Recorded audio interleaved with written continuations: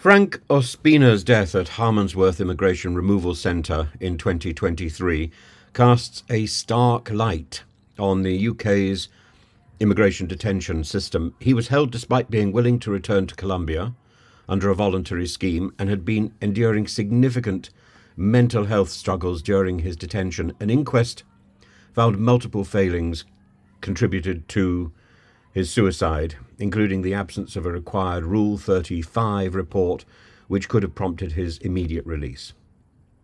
His case, sadly, is not at all unique.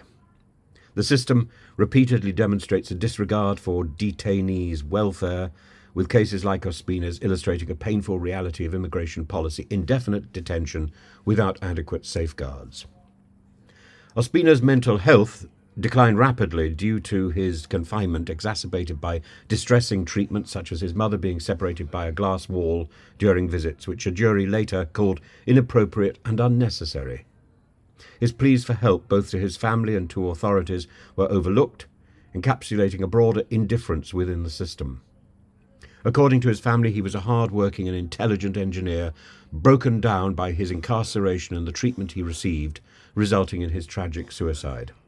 Not only did his death highlight the inadequacies of the Home Office's detention practices, but it also brought to light a dangerous precedent: mass suicide attempts following his passing, exposing the extreme psychological toll of these facilities. Harmondsworth and similar centres operate with prison-like conditions, holding individuals indefinitely, often without clear end dates, leaving detainees in a constant state of uncertainty, in limbo.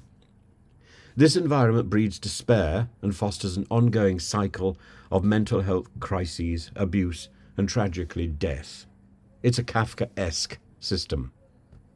Although the Home Office asserts that changes have been implemented to improve the conditions, more training, more staff, more guidelines, training and guidance for staff provides an impact that remains questionable, doesn't it?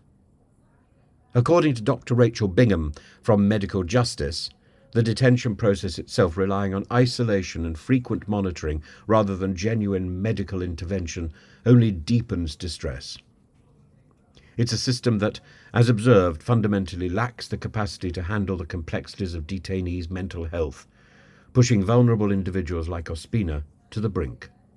These people have already been exiled from their own culture. They probably don't necessarily understand all the nuances of English used by the prison guards. Then they are kept in isolation. It's a recipe for despair. Asylum and immigration are undoubtedly complex issues, but the solution cannot lie in an unfeeling apparatus that locks people up indefinitely and ignores the very humanity of those it detains.